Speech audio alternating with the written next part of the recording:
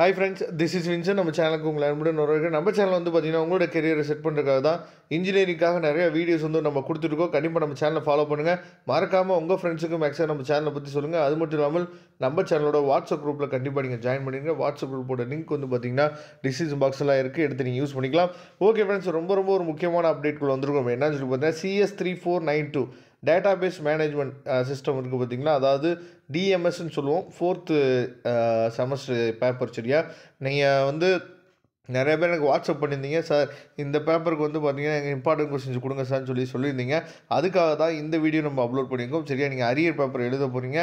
Arrear paper எழுதும் போது நான் என்ன பண்ணணும் அப்படிங்கிற வீடியோ வந்து நான் தெளிவாகவே சொல்லியிருக்கேன். சரியா, ஏன்னா 4th செமஸ்டர்னு நம்ம சொல்லும் போது இப்போ 8th செமஸ்டர் நம்ம நடந்துட்டு. சரியா, அப்போ 4th செமஸ்டர் ஈவன் செமஸ்டர் பேப்பர்னு சொல்லும் போது திருத்துற எல்லா பேருக்குமே தெரியும். அப்போ இது அரியர் பேப்பர் தான் வந்து பார்த்திங்கன்னா பசங்க எழுதி கொண்டு வந்திருக்காங்க அப்படின்ட்டு. அப்போ நீங்கள் எழுத போகிற எல்லா கொஸ்டின்ஸுமே மேக்ஸிமம் ஸ்டார்டிங்கில் எழுத போகிற கொஸ்டின்ஸ் எல்லாமே தயவுசெய்து நல்லா தெரிஞ்ச கொஸ்டினாக எழுதுங்க. ஸ்டார்டிங்லேருந்தே நம்ம வந்து தெரியாத மாதிரி அதாவது காட்டிக்கிட்டோம் அப்படின்னா, நான் வந்து நல்லா படிக்க மாட்டேன் அப்படின்னு சொல்லிட்டு நீங்கள் எழுதுகிற பேப்பர் வச்சு ஸ்டார்டிங்லேயே தெரிஞ்சிச்சு அப்படின்னா அவங்க ஒரு முடிவு பண்ணிடுவாங்க. அப்புறம் திரும்ப அதனால தான் நமக்கு அரியர் விழுகிறதுக்கு காரணமே அதான். சரியா, இப்போ இந்த பிடிஎஃப் ஃபைலில் வந்து பார்த்திங்க அப்படின்னா யூனிட் வைஸாக, அதாவது ஃபஸ்ட்டு பார்ட் A 2 மார்க்கு, அதுக்கப்புறம் 13 மார்க்கு, 15 மார்க். சரியா, இது எல்லாத்தையுமே வந்து கொஸ்டின்ஸ் வந்து இருக்குது. சரியா, அதுவும் 2 மார்க் வந்து அதாவது கொஸ்டின்ஸ் வித் ஆன்சர்ஸோடு இருக்குது. அதனால் தெளிவாக நீங்கள் வந்து என்னாச்சு பார்த்தீங்கன்னா இந்த பிடிஎஃப் ஃபைலில் நீங்கள் பார்த்துக்கலாம். அது மட்டும் இல்லாமல் ரொம்ப முக்கியமான என்னென்னா,